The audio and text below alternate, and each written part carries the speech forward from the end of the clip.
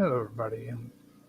I'm back today. I'm running a little bit late, but I am in the process of getting everything set up and ready to go. First, I want to check the audio.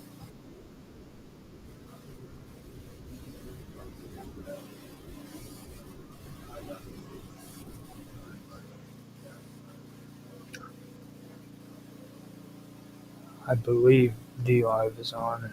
It sounds like it is up and running. So does Kick. X is going. Just have to let it kick in. Twitch is going.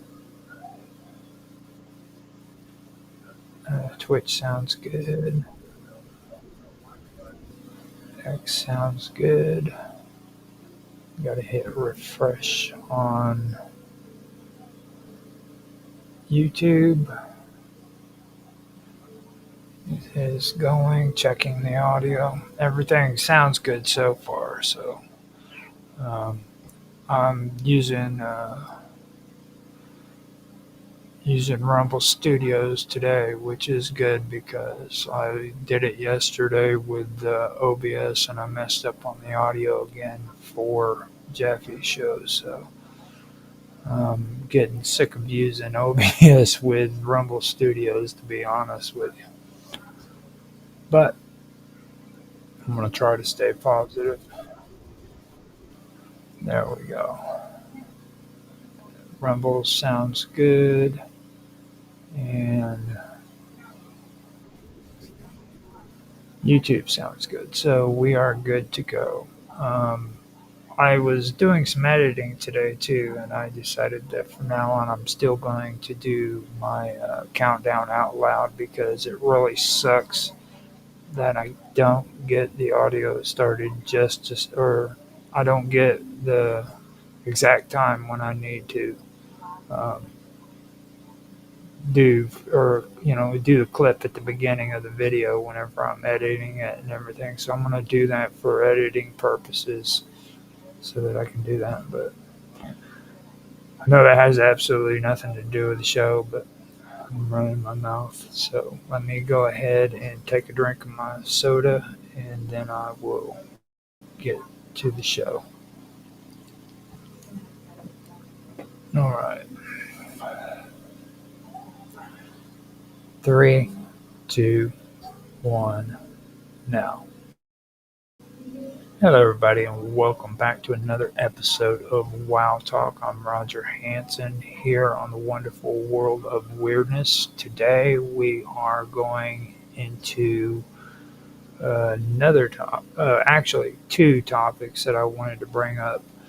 On earlier this year on Strange Stories, I had done a episode about the reptoids, and I wanted to kind of go back into that, but from a different direction.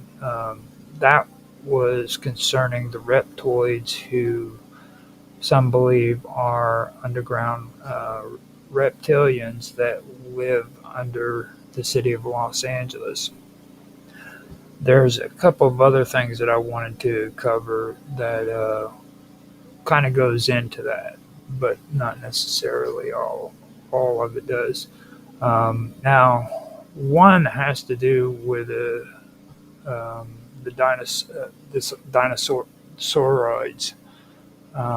Now, that one is actually a theory that was proposed by a scientist, and I want to go through that and do my reading on that one. But then there's another story that kind of pertains to it, but it's not really. Well, it has to do more with stories. You know what I'm saying? Like a person that wrote these stories down and stuff concerning the Hollow Earth. So it's not necessarily ufology or anything else, but it does have a, a lot of things that are interesting that I wanted to bring into this. With that, I'm going to go ahead and get to the stories. First, I want to start out with the dinosauroid and the story behind that. So, the question of what dinosaurs might have become had they not gone extinct 60 million years ago has intrigued scientists, science fiction writers, and the general public alike. Among the many hypotheses that explore this idea, the most famous and controversial is the dinosauroid theory, proposed by Canadian paleontologist Dale Russell in 1982. This theory imagines an alternate evolutionary path, suggesting that some dinosaurs, particularly those with high intelligence like Troodon, could have evolved into sentient humanoid beings.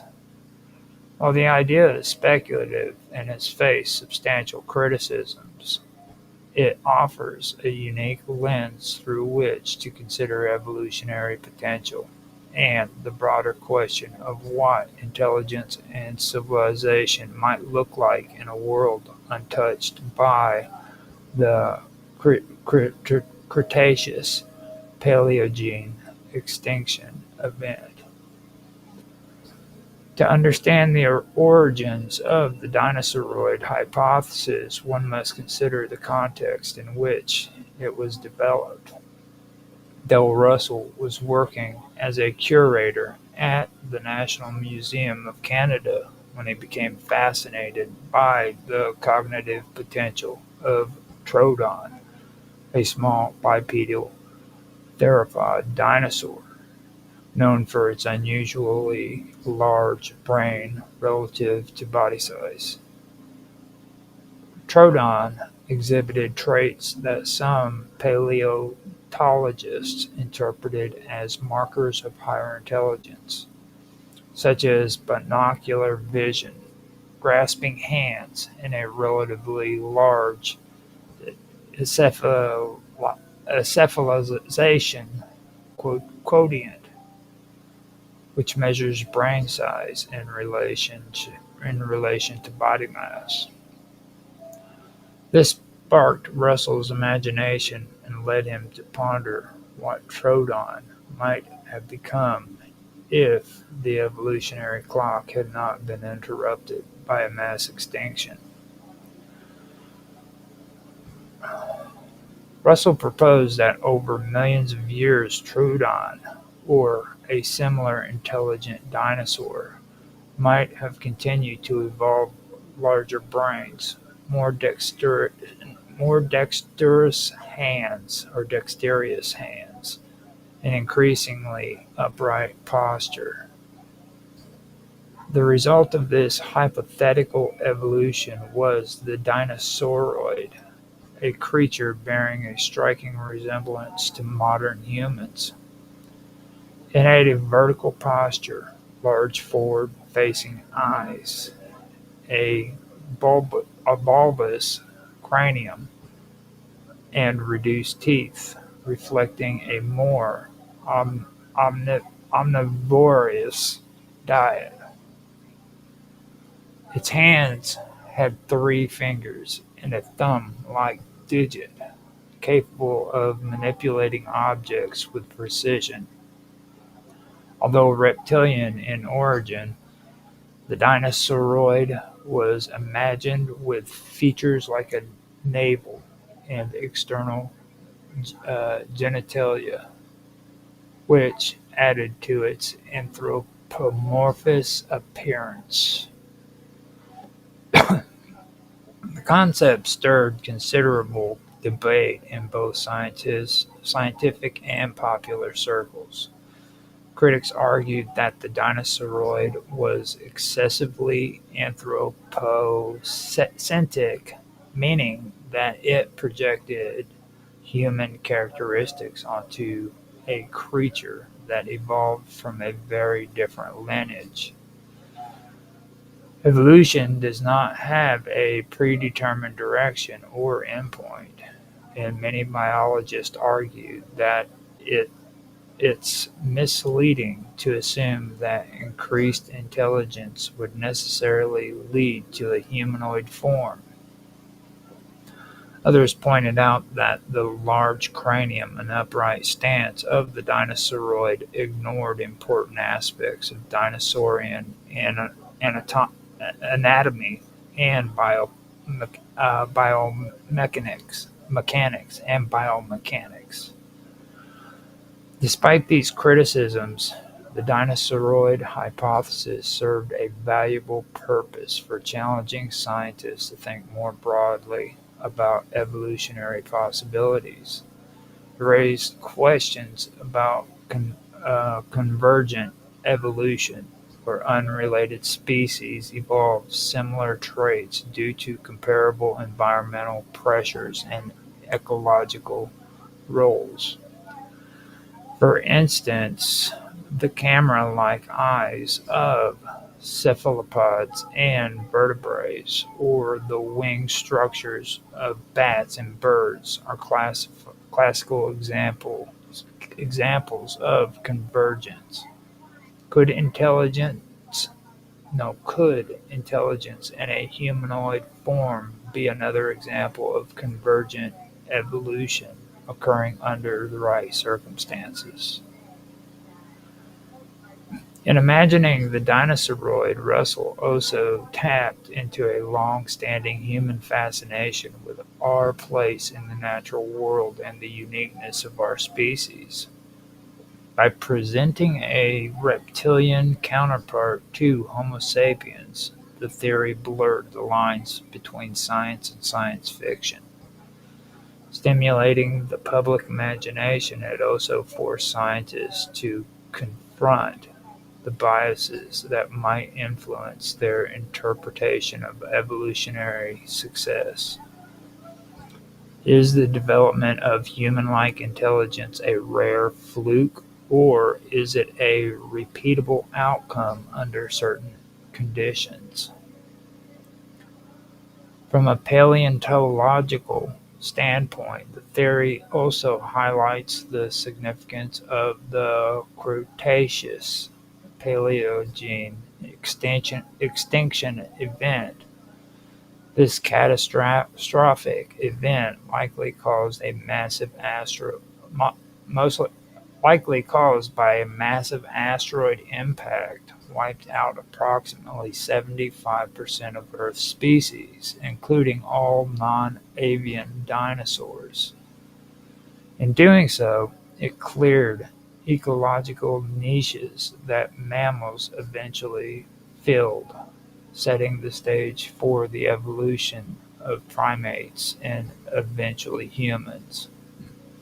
Without that extinction event, it's plausible that dinosaurs would have continued to dominate terrestrial ecosystems, potentially evolving into forms very different from anything alive today.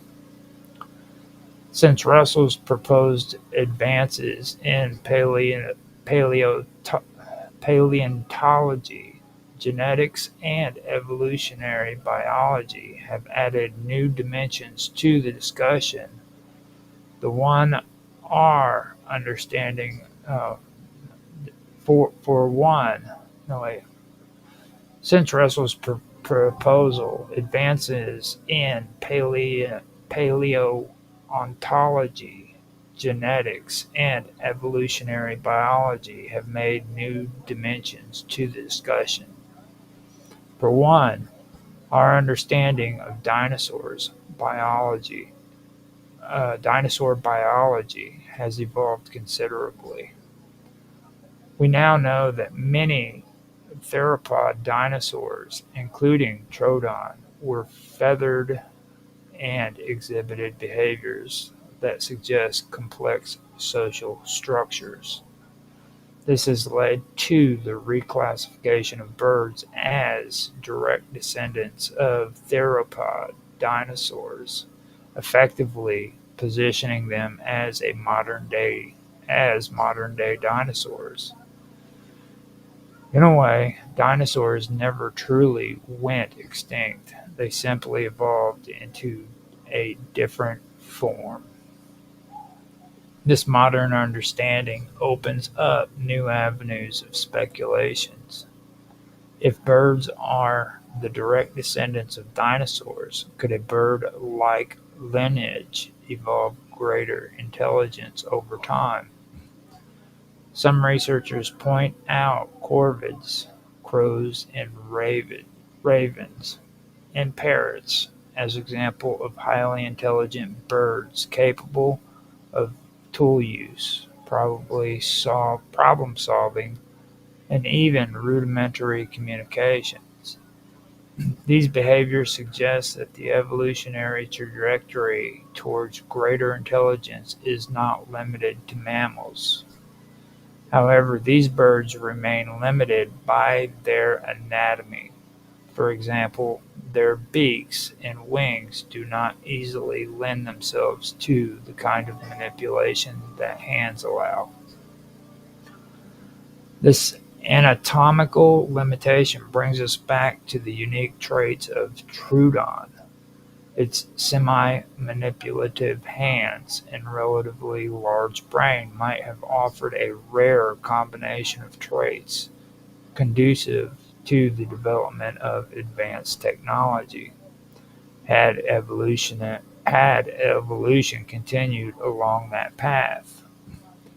Still, it's important to note that intelligence can manifest in many different forms, adapting to different ecological niches.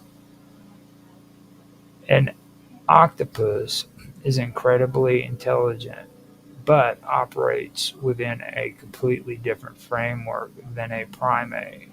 Thus, the potential future of dinosaur intelligence might not necessarily resemble human intelligence, even if it had continued to evolve. Science fiction has also embraced and expanded dinosauroid upon the dinosauroid concept. Numerous works have imagined parallel worlds or alternative timelines where dinosaurs evolved into sentient beings. These portrayals vary widely, from reptilian humanoids living in futuristic societies to more alien-like interpretations that emphasize the distinct evolutionary path such creatures would have taken. While these fictional narratives often embellish scientific principles for dramatic effects, they also serve to inspire curiosity and wonder about the natural world. The dinosauroid theory also touches on broader themes of evolutionary biology, such as the role of contingency versus determinism. Contingency suggests that the path of evolution is shaped by random events and unique historical context, while determinism implies that certain outcomes, like intelligence, are inevitable given enough time and right conditions. Russell's hypothesis Russell's hypothesis leans towards determinism, suggesting that intelligent life is a predictable endpoint for certain evolutionary paths. However, many biologists caution against this view, arguing that the course of evolution is too complex and multifaceted to predict with certainty. Another aspect worth considering is how the dinosauroid theory influences our search for extraterrestrial intelligence. If intelligence can evolve in such different lineages as mammals and potentially dinosaurs, then perhaps it is not as rare in the universe as once thought. This has implications for astrobiology and the study of life beyond Earth. Could intelligent non-humanoid life exist elsewhere, shaped shaped by entirely different evolutionary pressures? The dinosauroid is a terrestrial example that provokes these kinds of questions. In educational settings, the dinosauroid provides a compelling case study in evolutionary speculation. It illustrates how scientific hypotheses can push the boundaries of current knowledge and stimulate debate. It also demonstrates the importance of critical thinking in evaluating scientific ideas. While the dinosauroid may never have existed, its conceptualization encourages students and scientists alike to think imaginatively yet rigorously about the forces that shape life. Evolution is an ongoing process, and the form it takes are limited only by time, environment, and chance. Whether or not an intelligent dinosaur-like species could have emerged, the very act of imagining such a creature expands our understanding of life's potential. The dinosauroid may be a creature of fiction, but the questions it raises are deeply rooted in science and philosophy. Now, after that, I decided, since it also mentioned science fiction and fiction and everything, I'm going to go ahead and kind of dive into the Shaver mysteries. And the Shaver mysteries are actually kind of interesting when you read them. If you get a chance to kind of go through and read them, it'll help you with a lot of things, especially figuring out where a lot of things you hear about when it comes to Hollow Earth and subjects of that nature, where they come from.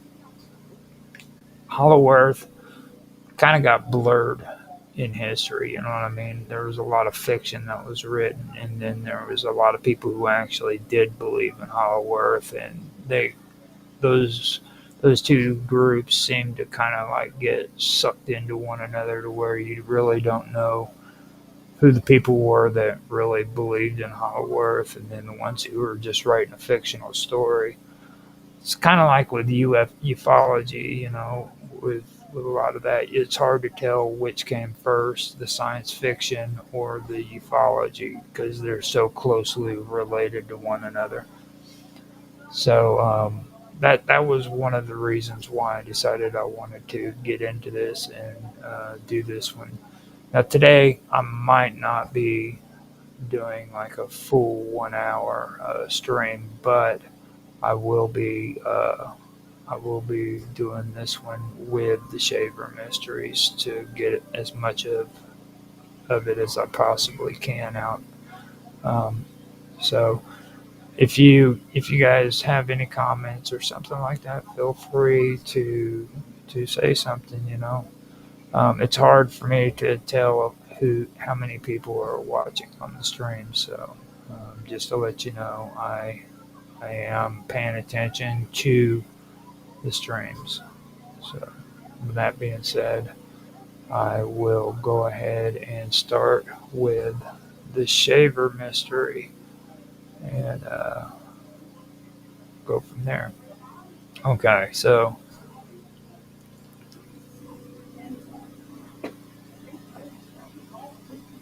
after I take my drink of soda, I should say. So here we go. Now, the Shaver mysteries and the Hollow Earth theories represent some of the most unusual and persistent strands of fringe thought to emerge from the mid 20th century. Rooted in a blend of science fiction, conspiracy, pseudoscience, and a fascination with lost civilizations, these ideas have captivated readers, researchers, and true believers alike for decades. Although largely dismissed as mainstream science, or although largely dismissed by mainstream science and academia, they have left a lasting cultural imprint, influencing everything from pulp magazines to UFO lore and even fringe spiritual movements. At the heart of these mysteries lies the work of Richard Sharp Shaver, a Pennsylvania welder turned writer whose strange experiences and elaborate cosmology were disseminated through science fiction magazines in the 1940s, particularly those published by Raymond A. Palmer, the editor of Amazing Stories.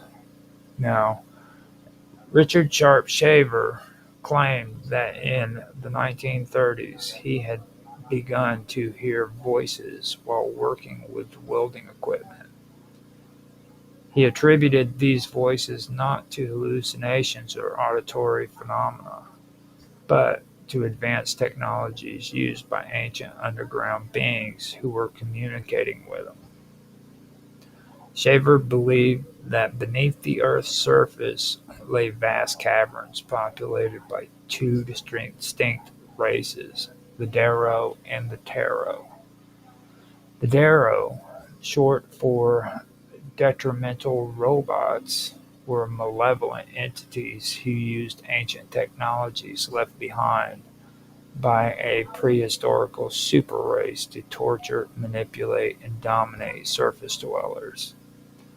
The Tarot, on the other hand, were benevolent beings who sought to mitigate the damage caused by the Darrow and maintain some balance between the worlds above and below. Shaver insisted that these were not metaphors or science fiction, but literal truth. According to him, Earth was once home to a mighty civilization known as the Elder Race, or Titans, who lived on the surface and in subterranean cities. These races had originated from another solar system but fled their homeworld due to solar radiation, finding Earth more hospitable in ancient times. Over thousands of years, as the Earth's environment changed, most of these beings left the planet to seek other worlds, leaving behind their underground cities and powerful machines. The Darrow, mutated descendants of this advanced race, occupied the abandoned cities and misused the technology for evil purposes, especially to mentally torment humans through ray machines and other mind-manipulating devices. The Tarot, another splinter group of the Elder Race, retained their original noble nature and attempted to oppose the Darrow whenever possible. Shaver believed that the Tarot operated in secrecy, working behind the scenes to protect humanity from the worst abuses of the Darrow. He claimed that many abductions, strange disappearances, inexplicable psychological disorders, and unexplainable noises were the result of Darrow interference. The subterranean war between these two factions formed the basis of the so-called Shaver Mystery. What gives the Shaver Mystery such a powerful platform was its publication through Raymond A. Palmer, who saw potential in Shaver's accounts not just as eccentric ramblings, but as sensational material for amazing stories. Palmer began publishing Shaver's writings as fact-based features, sparking a huge wave of reader interest. The first major article, "I Remember Lemuria," appeared in 1945 and was framed as a factual recollection of past lives and ancient memories. The issue was immensely popular, with readers writing in to share their own strange experiences or offering corroboration for Shaver's tales. Some even claimed to have found entrance to the underground cities he described. The Shaver mystery quickly became one of the most talked about phenomena in science fiction circles.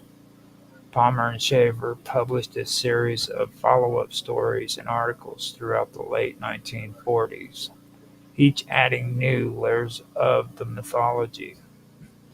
While many within the science fiction community dismissed the stories as hoaxes or fantasy, the reader response was undeniable. Letters poured into the magazine, and Palmer leaned into the sensation, sometimes blurring the lines between fact and fiction in his editorial framing. Shaver insisted that what he was writing was true, that he had witnessed or psychically assessed real events, and that humanity was in grave danger from the subterranean forces controlling their minds and fates. The popularity of the Shaver mystery coincided with the rise of other paranormal and conspiracy beliefs in post-World War II America. This was a time of heightened anxiety, nuclear fear, and rapid technological advancement. For many, Shaver's writings offered an explanation for, for, for, for the unexplainable, and the narrative that made sense of the unseen forces that seemed to shape the world.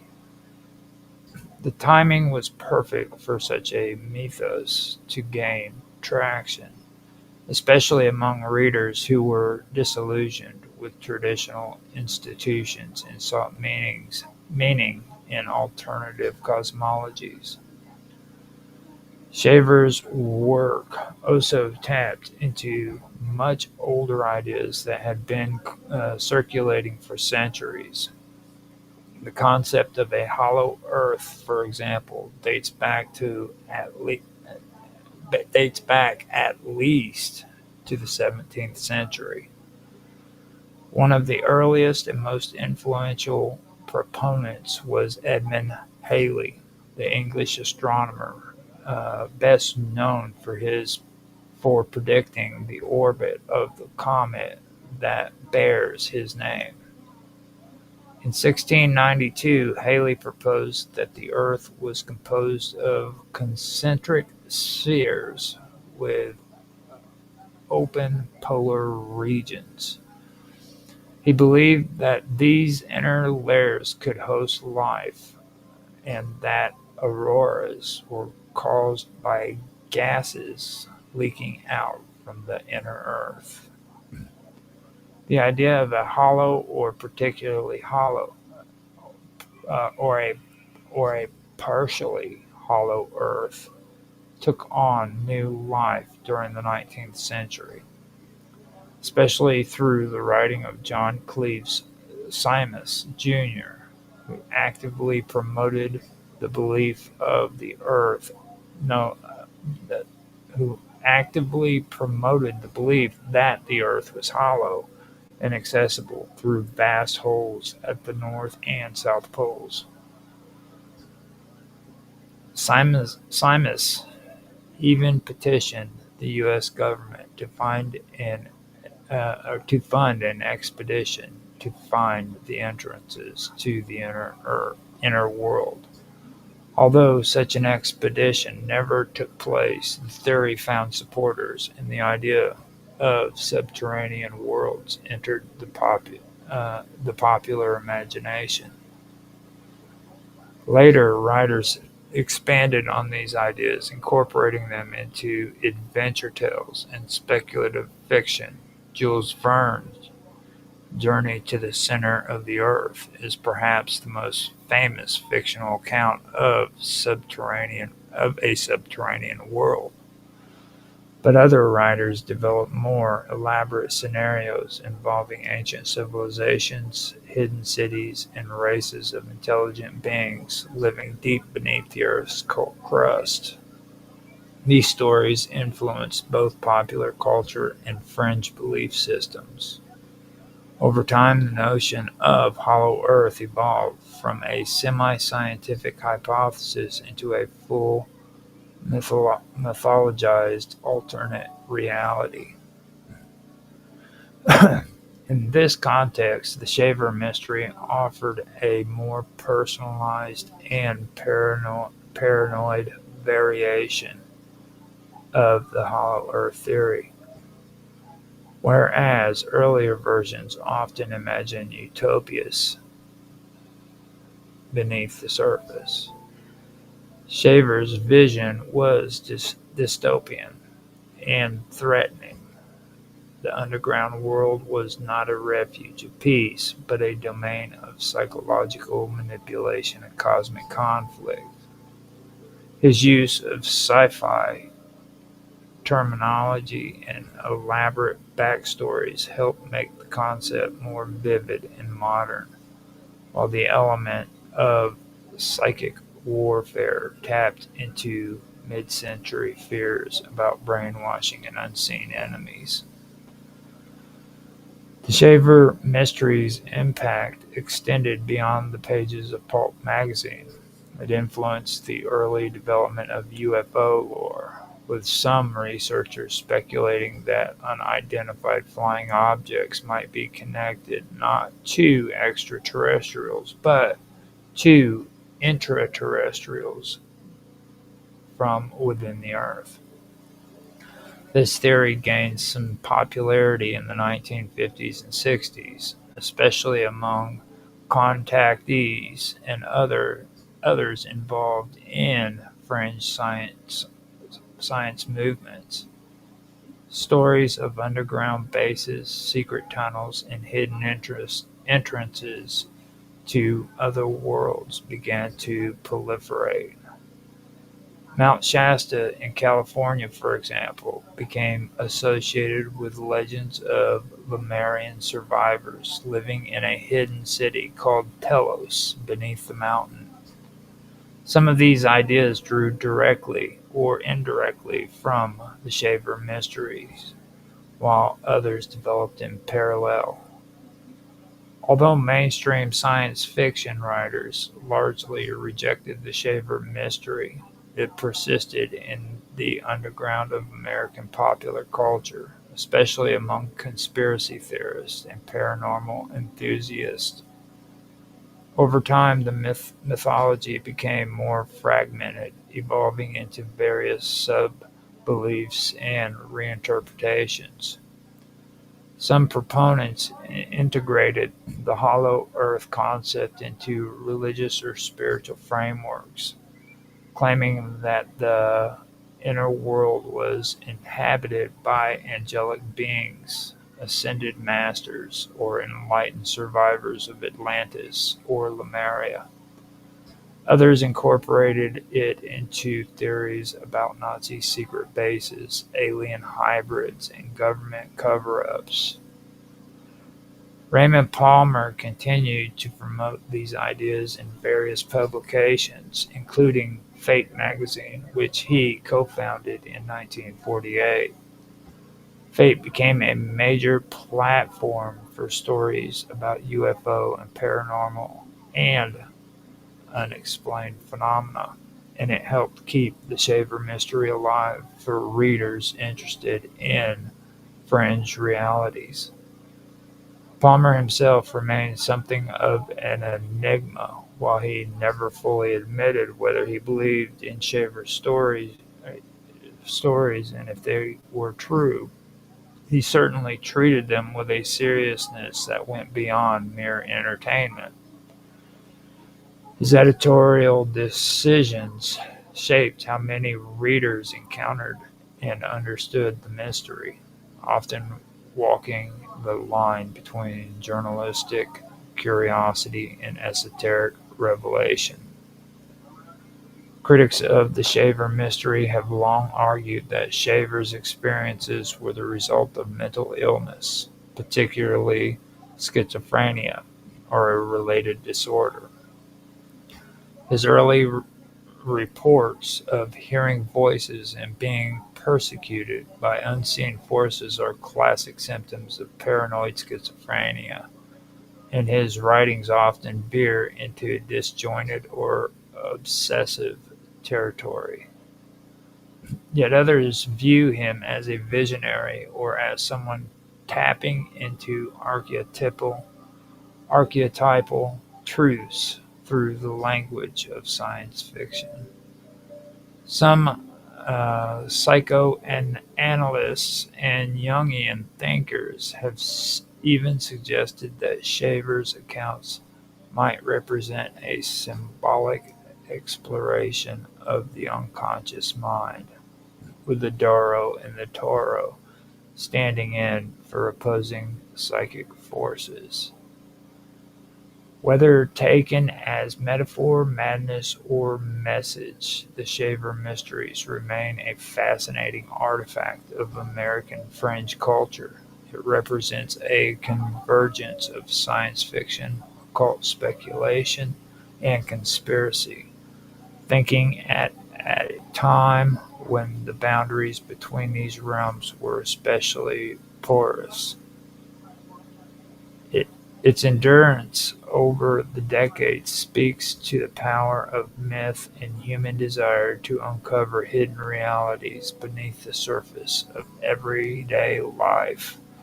The idea that there is another world just below our feet, filled with danger, wonder, and perhaps truth, continues to inspire curiosity and speculation, even in the age of satellite mapping and deep Earth exploration.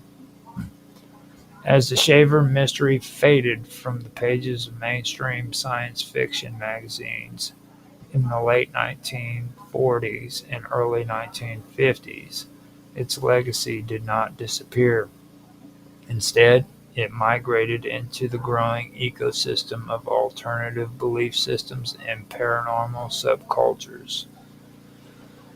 During the second half of the 20th century, a number of researchers, spiritual leaders, and fringe theorists incorporated Shaver's subterranean visions into broader narratives about hidden knowledge, cosmic conflict, and forbidden truths.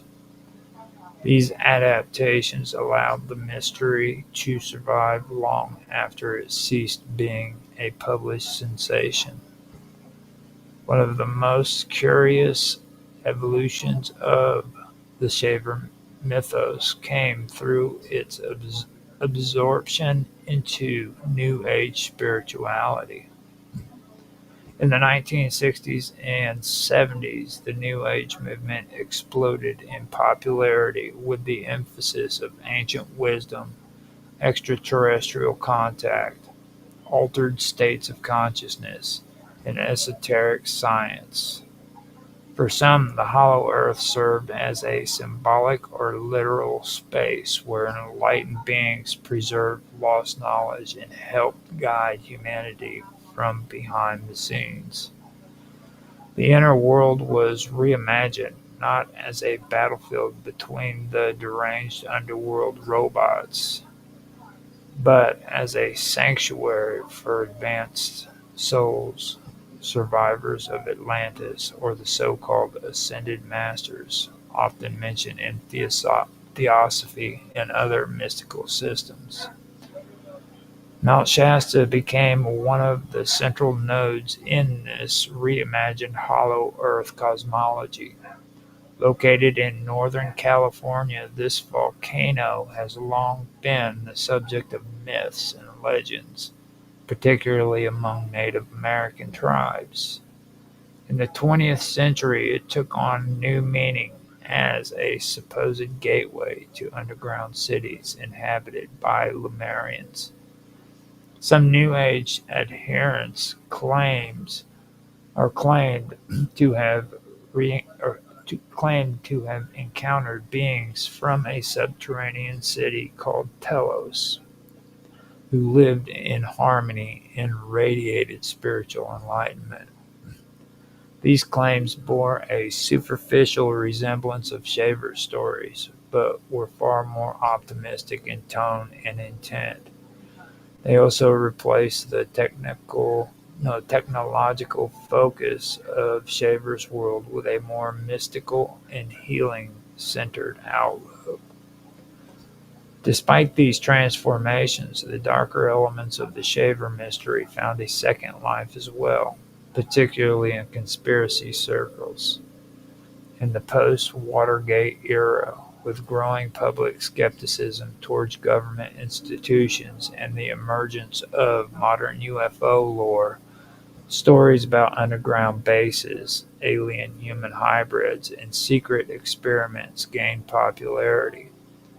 Some theorists suggested that the U.S. government had discovered or entered into agreement with subterranean civilizations, whether of alien or ancient human origin. Rumors of deep underground military bases or DUMBs began to circulate, with certain locations, such as Dulce Base in New Mexico, becoming legendary in their own right. These modern conspiracy theories often echoed Shaver's original concerns, the idea that unknown forces beneath the earth were manipulating human thoughts, abducting people, and performing grotesque experiments, had shifted from a pulp sci-fi premise to a fundamental element of contemporary paranoia. While the Darrow were rarely mentioned by name in these newer accounts, their function remained intact. The underground realm continued to serve as a space of mystery and menace where hidden technologies and non-human intelligence shaped the face of the surface world. Interesting, the popular, the popularity, interestingly, the popularity of the Shaver mystery and the Hollow Earth theory has also persisted in internet culture.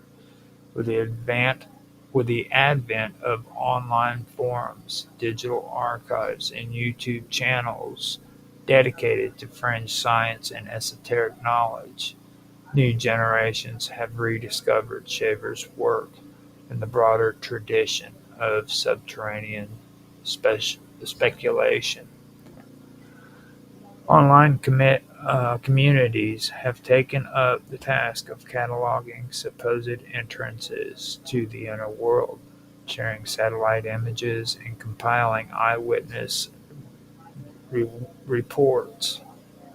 Some conspiracy theorists claim that satellite photos of Antarctica and the Arctic have been digitally altered to conceal massive holes at the poles. Others speculate that unexplored cave systems or massive sinkholes might lead to inner realms that govern and uh, uh, others speculate that unexplored cave systems or massive sinkholes might lead to inner realms that governments and scientists are deliberately hiding from public. The persistence of hollow earth belief, even in the face of overwhelming geological evidence to the contrary, reveals something fundamental about human psychology and myth-making. The Earth's interior has long been a blank canvas upon which people project their hopes, fears, and stories. Unlike the visible surface of the Earth, the deep interior remains largely inaccessible, mysterious, and dark. This makes it a perfect setting for tales of utopias and dystopias alike. The hollow earth represents both a heaven and a hell, depending on the storyteller's intent. Shaver's unique contributions was to populate that world with figures that embodied the anxieties of his time. The Darrow were not just villains, they were analogues for totalitarian regimes, manipulative authorities, and impersonal machines that stripped individuals of autonomy. Their use of ancient technology to interfere with human thoughts foreshadowed Cold War fears about brainwashing, propaganda, and mind control. The Tarot, while more benevolent, was no less alien, and their secret war often seemed hopelessly outmatched. Shaver's underground world was one of chaos, surveillance, and hidden suffering, a mirror of the world many feared they were entering after World War II. What sets the Shaver mystery apart from similar fringe beliefs is its strange combination of personal testimony, pulp adventure, and spiritual allegory. Unlike most Hollow Earth theorists, Shaver never framed his stories purely in scientific or exploratory terms. Instead, he insisted they were memories, glimpses of a hidden reality he had been forced to confront. This gave his stories a raw and unsettling edge. Whether or not he suffered from mental illness, his writings tapped into something powerful and archetypal.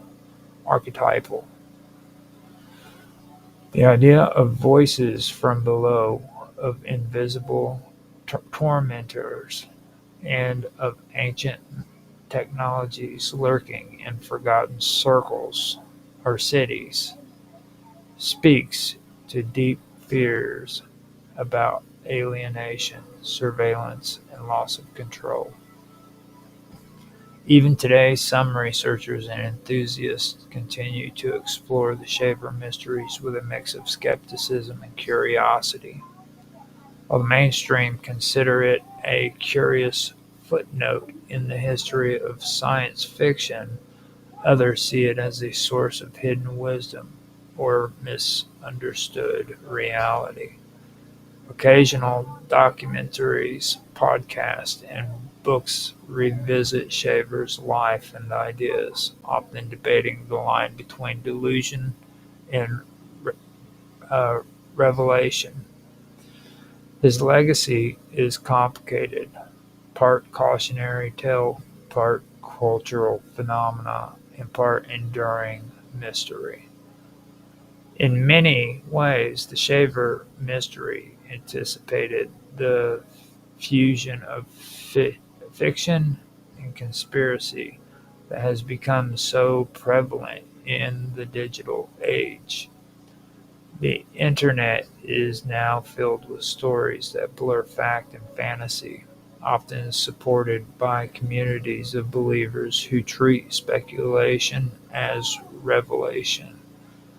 Just as Shaver's readers once wrote letters affirming his visions, modern-day users post videos, theories, and documents that reinforce their own versions of reality.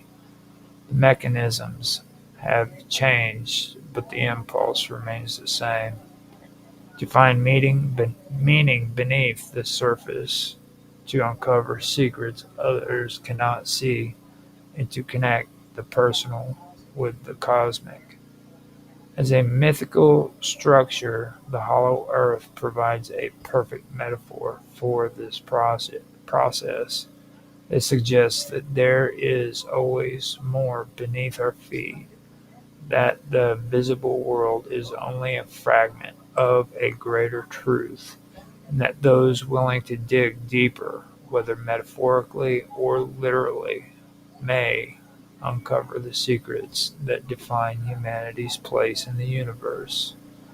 Whether imagined as a realm of advanced beings, hostile forces, or forgotten cities, the inner world reflects concerns and desires of those who dream it into being. Yeah, if you guys ever get a chance to check out the Shaver Mysteries, I suggest that you do it. It's very, very interesting. And like I said, it helps to kind of give you an understanding between what was written in a lot of these stories and what was written by people who are scientists and things of that nature. That way you can at least get an understanding of where the sources came from. Now, so mind you, Shaver believed 100% everything that he wrote down. I truly do believe that he thought that it was all real. So even though it was presented as sci-fi, just understand that he really believed that everything that he was writing was true. So that's something that I disagree with when it comes to that part. The fact that they were written in pulp magazines is uh, a reason why you could call it science fiction and everything, but you need to also understand that this man believed that what he was saying was actually true and did happen. So, with that being said, man, I mean, I think I have done what I wanted to do. I'm still gonna keep WoW Talk going. It's gone. Well, I believe this is my 13th show, not counting the interview that I did with Michael Paul last week. Michael Paul and John Clark. So um, I'll keep it going. Um, this makes the 13th episode for 2025, which is quite a bit, So. Um, Well, I usually try to keep series at about 12 episodes, but this is WoW Talk. I want to keep it going so that I can kind of keep in touch with the channel and let everybody know what's happening and what's going on. Um, like I said earlier, we are streaming on Rumble, YouTube, Twitch, X, D Live, and Kick. So if you guys want to ever listen to what is being streamed for the wonderful world of weirdness, those would be the platforms to go to. Usually, I do my streams at 5:30. Um, I have WoW Talk on Wednesday. Um, After that, on Saturday and Sunday, I do two more episodes. One is the Cosmic Weeb, which is on Saturday at 5 p.m. Central Standard Time. And then on Sunday, I have, right now, I'm doing Conspiracy. And that's on Sunday, 5 p.m. Central Standard Time. You can check those out whenever they come out. If you do like what you hear, do me a favor. Please like, subscribe, share, make comments. I love comments. It not only helps with the algorithms, it also is something that I enjoy doing, responding to people who make comments in the comment section. The chat section's good too, but I really do enjoy talking to people in the comment sections, getting feedback, finding out what your thoughts are on the topics, things of that nature. So, you know, do me a favor, man, make comments. If there's anything that you want to talk about, give your opinion, ask questions, whatever. Feel free to do so. Um, I'm gonna try to figure out some other cool stuff that I can come up with, but I don't know how I can top myself now. This has been actually a pretty good year starting out all the way up until now.